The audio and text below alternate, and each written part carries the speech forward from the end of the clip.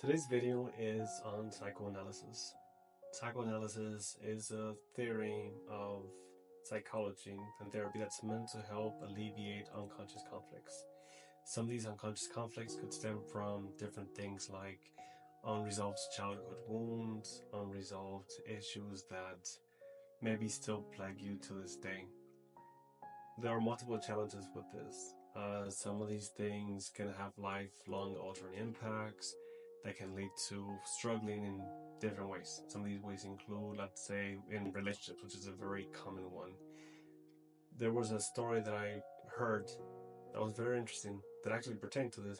And I heard the story a long time ago in one of my classes when I was in graduate school. The story goes like this. There was once a young girl. She was a young girl. She was a kid. Let's say something like 10 years old. Throughout this time, she sees her mom struggling to to be able to maintain a healthy relationship with her dad. And the relationship unfolds chaotically. Things get worse and worse over time. There's arguments. And let's say, and I think in this story specifically, the way I remember it, there was alcohol involved as well. So the father would drink. He would drink consistently. And again, there was a lot of conflict.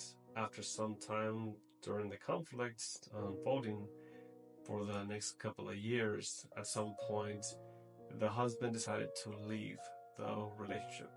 He left and he did not come back, and that was it. So then dad leaves, mom stays behind.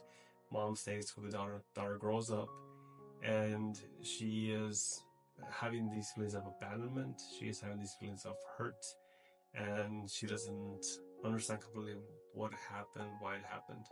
Sometimes that event can go in different directions. Sometimes kids internalize it as it was me. I wasn't good enough to make it to where my dad would stay, to where he would want to be a part of my life. I wasn't good enough to be fought for. I wasn't good enough to be a part of his life after he left. Sometimes this situation really transforms into something that's maybe worse. I guess it's worse, just as bad. They're just as bad, all of them. But it can transform into something else. Let's say that the daughter sees the mom losing the father leaving. Sometimes she'll think it was the mother's fault. She'll think that it was mom's fault that dad left. If she had been better, if she had done things the right way, if she had fought harder for the relationship, he would have stayed.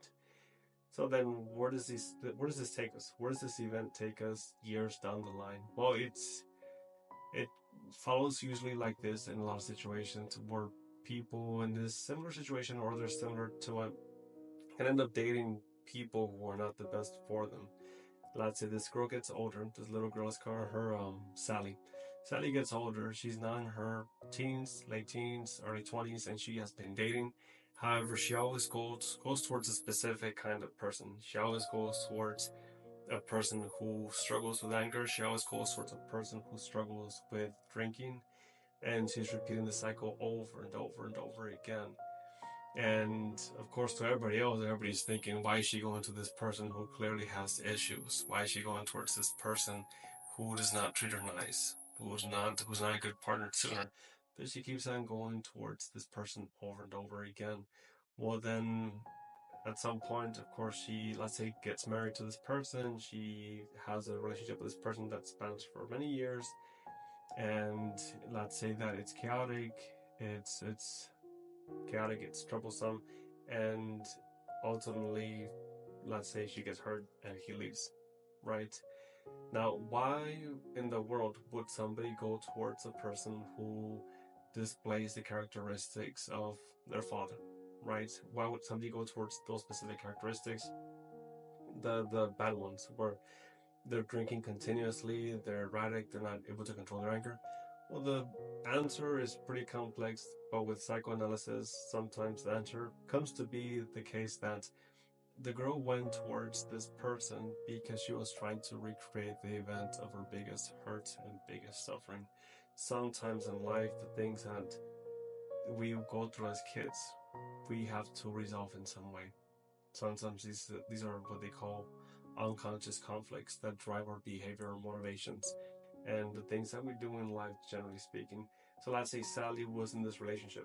She unconsciously wanted to recreate the point of her biggest hurt, the point that maybe which she considers her mom to have failed. If her belief, right, if her unconscious belief is if mom had just tried harder, that would have stayed, then she will try to recreate the events that hurt her so much and try to make it to where the ending is different. Now, at first hand, the story is a little bit uh, doom and gloom. It's kind of depressing when you think about it. But there's a bigger message to be said about the story. The story is not meant to really. It's not meant to help you, or it's not meant to be for you to focus on what happened negatively. It's meant to help you see something else. What it's meant to help you see is that ultimately people love themselves and care so much about themselves that they're willing to recreate the event that hurt them the most, recreate it and save themselves from that event, from that situation. Sally wanted to recreate the events that hurt her the most as a way to spare herself that pain, almost as a way to recreate it and fix the wrong that she experienced throughout her life. But it is that belief system, that unconscious belief, that leads to self-defeating behaviors that maybe need to be assessed. The truth is, it was probably not Sally's mom's fault that the dad left. Ultimately, he left because he wanted to leave and because he didn't want to stop drinking, because he didn't want to change his way of handling anger, right?